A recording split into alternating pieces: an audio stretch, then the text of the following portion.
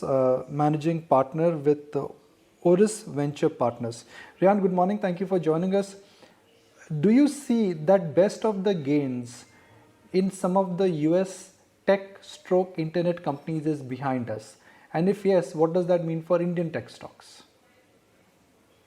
Yeah, the stocks, like you just noted, have been falling. The market has been falling, right? Because they ran up a lot also. So I think there will be a period of correction, and then they should start climbing again. That's what it looks like at the moment. That the next few months are correction months. I mean, is it a long-term thing that all these companies are going to go down?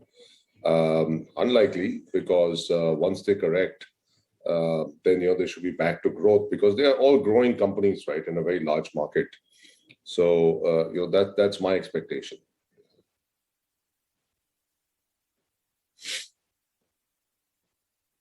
What do you think this means for the IPO market? Because we saw almost like a carnival kind of a feeling in the last quarter. With the exception of Paytm, all the other internet stocks have done rather well for themselves. Given what's happening in the world now, are we in for a very dry IPO pipeline for next couple of months? We might be.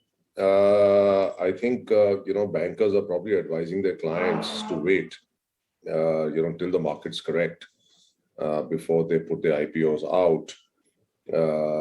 Certainly, see, the falling markets have two dimensions to it. I know in the US, Omicron has also played a dimension to it and has given some nervousness. So I think people will wait for, at least for that to settle for the next 2 to 4 weeks, and then take a call. That's what we are hearing from the startups, that we are waiting and watching 2 to 4 weeks before we go out with our IPO.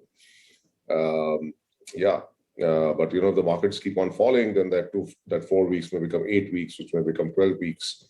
I think people will wait for the markets to steady.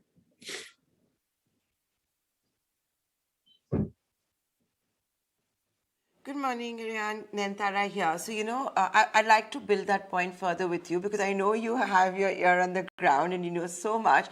For example, Delivery has got its IPO approval, 7,640 crore rupee IPO. You have Oyo, which in all likelihood will be a sub $10 billion IPO. It does look difficult. PharmEasy, which has bought an old legacy company like Thyrocare, is believed to be on road shows. And at the same time, all this buzz about whether all of them will be allowed to list directly overseas on the NASDAQ or not. You're saying all of them, and of course there's Ola as well, which you were an early investor. All of them are likely to be delayed. They're not seeing the buzz that they were seeing. But I don't know if they're all going to be delayed. Like I just said, right now is that I think, people will wait for the markets to steady a bit, because, put yourself in their shoes. Would you go out in a falling market? I think, you would not. So you would wait. And my observation is that the market is falling because of two reasons. One is, of course, the potential increase in rates, right? But also Omicron has had some effect on the international markets and has caused nervousness. Don't forget that we are in the middle of a COVID wave. So I think people will wait for that to settle before they go out. They'll also have to see what the response is on the roadshows. Listen, there are two types of companies, right? There are companies which are very fundamentally strong and have good revenue to price ratio, and there are companies which have an outrageous revenue to price ratio ambition. And I think the ones which have that outrageous ambition are the ones which really have to worry, because as we saw with a few of these tech companies that listed, they're trading at half their price. So the people in the roadshow are probably telling them that, listen, we can't support each and every price out there. You have to have a more realistic price. Now that puts a lot of those companies in a spot, because they've gone and raised their pre-IPO rounds at a certain price, and they want to, do the next round at a higher price, and so on and so forth. I think for them it's harder, and for the companies which are more sober, it's going to be easier.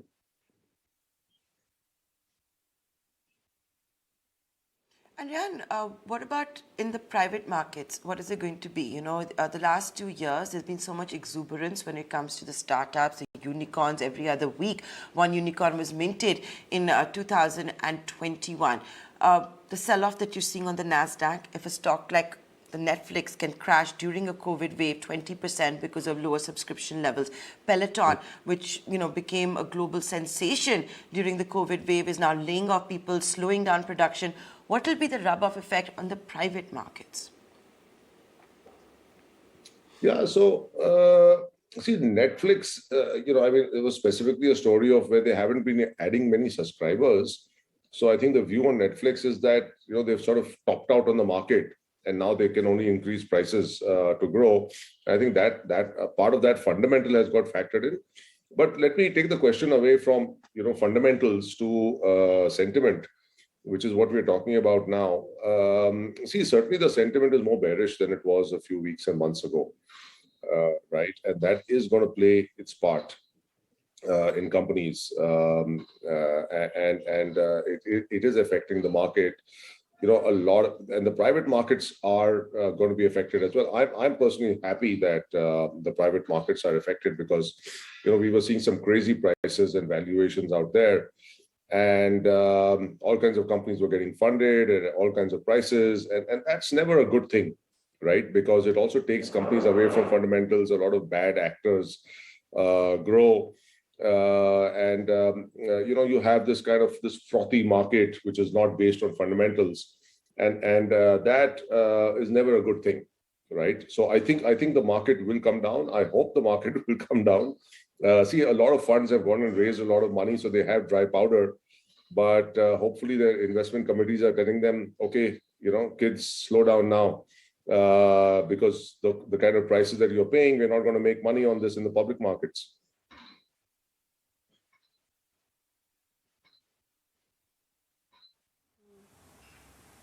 Sure. So, just if I'm getting your point correct, Rehan, not just private equity, but you think the IPOs which are hitting the secondary market, or rather the primary market as well, you think they will be priced a little bit better? Because while there's no debating that good quality paper will always find takers, but it's the valuation froth that was getting a little bit alarming. Maybe that will also ease out a bit. I wrote a blog post on this about 2 or 3 weeks ago, where I said that some of these IPOs which have gone and tanked 50%, right, and there are two very large ones which have done that, as is a good thing, because it's a nice it's an early wake up call to this boozy party that was going on. Hopefully that early correction. See, we are just into the unicorn IPO story of India, right? It just about began, and then we've had these two of these companies go and tank. So hopefully this early correction will set the tone now going forward. Because it would have been terrible if we had gone and done, let's say, 30, 40 IPOs, and then the correction would have happened. So much money would have been lost. It's better that the correction happens early, and then we do more IPOs and at better prices, and more people make money.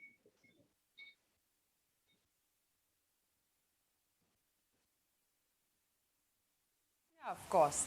But Rehan, great speaking with you today, and glad that you could take time out and give us some perspective.